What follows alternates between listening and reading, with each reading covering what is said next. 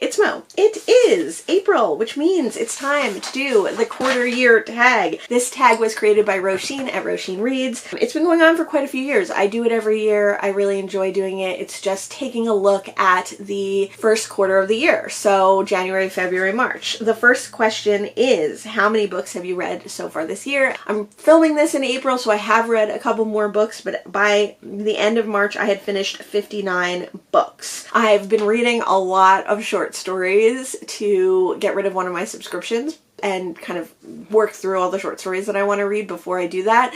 So that definitely has upped the number. But I did read 28 books in March, which is the most books that I've ever read in a month, and it's just a lot in general. Question number 2 is any 5-star books or best books of the year so far. I don't rate books on a star basis, but I have read a book that I think will be in my top books of the year, and that is The Color Purple by Alice Walker. Even though Alice Walker is a controversial author and I don't agree with her views on the trans community, I do love Alice Walker's writing, and I do appreciate reading her work and how it is relevant to queer Black Americans, and I loved The Color Purple. I put off reading it for a very long time. It was very intimidating to me, but I should not have, and if you're putting it off because you think it's intimidating, I say go for it. It's an epistolary novel, and that just makes it a super quick read, and it's so good. There's definitely hard topics. There's definitely trigger warnings for a lot of things. On the very first page, there's child rape, so like, be warned. But ultimately, I think that this has more queer joy in it than it does have devastation. So I highly recommend, and I loved it. Question number 3 is any 1-star or bad books of the year. I haven't had any like really horrible books this year, but I will say that I've read quite a few thrillers that were like, one of them I read in April, so I won't talk about that one, but another one was The Only One Left by Riley Sager. I read this early in the year, and it was just like not a very good Riley Sager. Like, I've just been reading a lot of thrillers that were very formulaic, like very much of a muchness, very much the same as each other.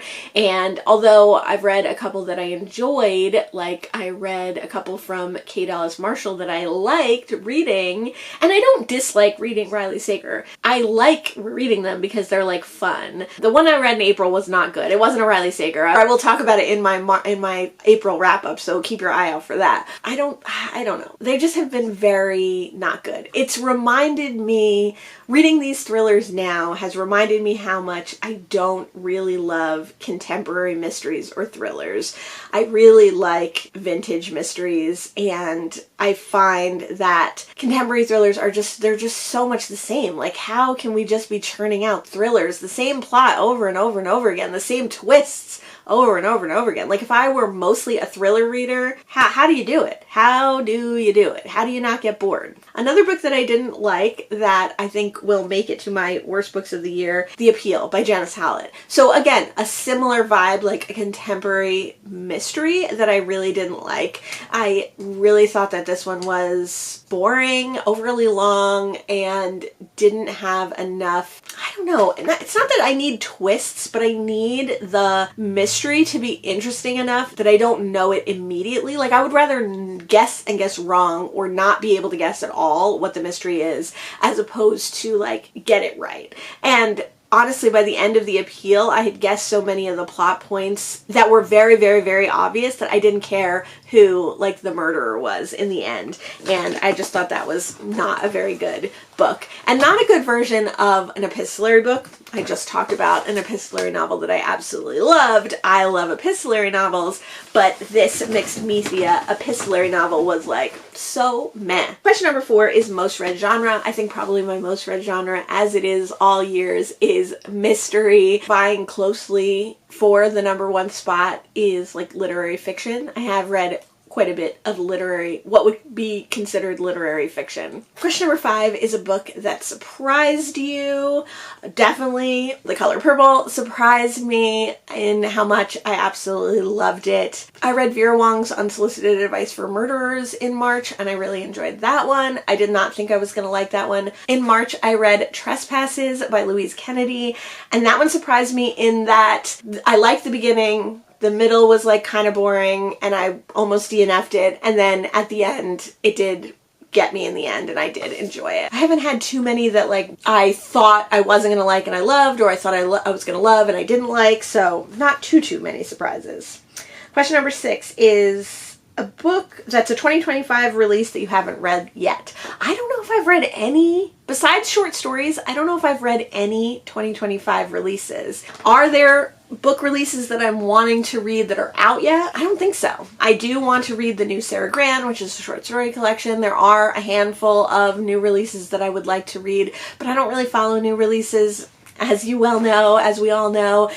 So I don't really care when I read them exactly. I did win Work Nights by Erica Peplin. I don't think that one's actually out yet in a Goodreads giveaway. I would like to read that one. That one comes out in 2025. Other than that, I don't think I've read any 2025 releases, and I don't think any of the books that I'm anticipating in the loose sense of the word are even out already. Question number 7, a goal that you're succeeding at.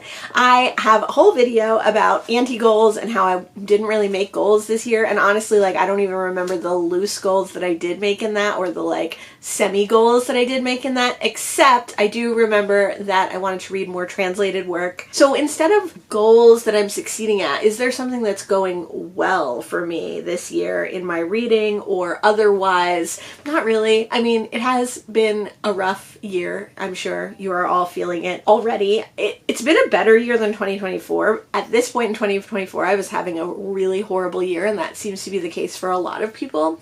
But like personally, in my personal life, obviously in the world, horrible, absolutely terrible. As far as things that I've wanted to kind of accomplish or things that I've thought about since making that Andy Goals video, I'm going to be doing a bookish reset soon. I need to kind of reset my reading and my office and my library and my TBR and a bunch of things like that. So that's something that I think I'm succeeding at because I'm working towards it. Moving on to the next question is a goal you need to focus on. I do think I need to focus a little bit more on reading translated works. If I want to get my translated reading up to the standard that I want to get it at, the percentage of the books overall that I want to read, I'm going to have to read quite a bit more. I barely read any in March. I was doing good at the beginning of the year, so I definitely need to work on that. I think also, it's not a goal that I set, obviously, because I didn't really set goals, but one thing that I have been not doing great at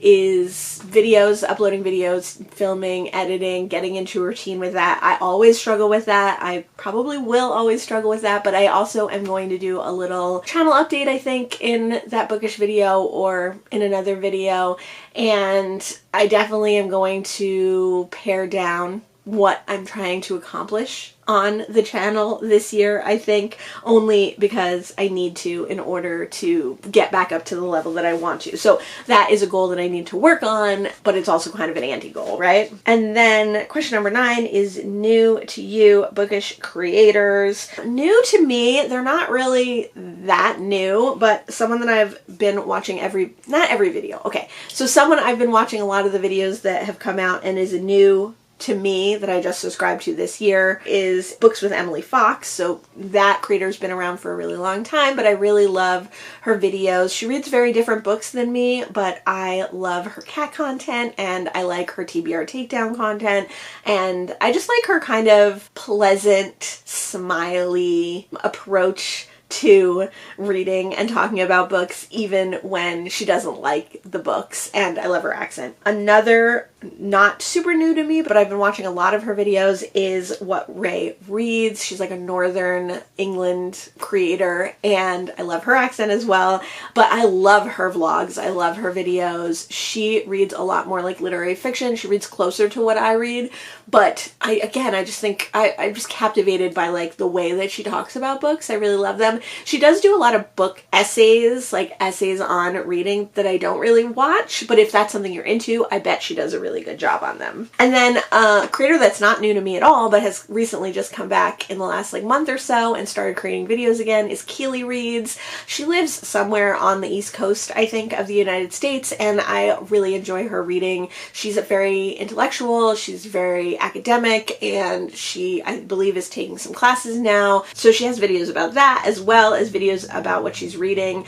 She has recently kind of shifted her reading to reading a lot more political nonfiction and sociological nonfiction as opposed to like fantasy, which used to be kind of her bread and butter. But I really, really enjoy her videos. I do think sometimes they're very long and I have to be in the mood to watch like a long video, just in general, not with her videos, but with every video.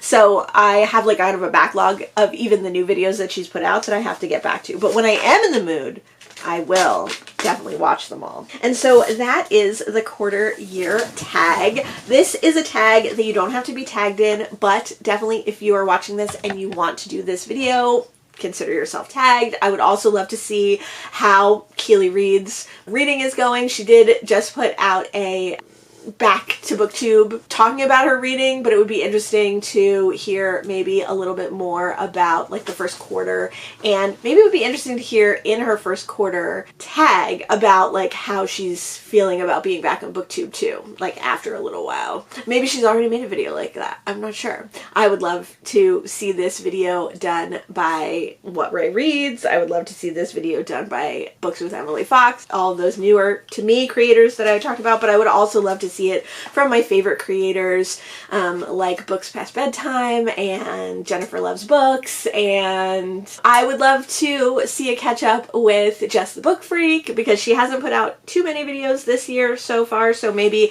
a little quarter year check-in would be really, really nice from her and any of the other creators that I love. But also, like I said, if you would like to answer these questions in the comments down below, if you would like to consider yourself tagged, definitely feel free.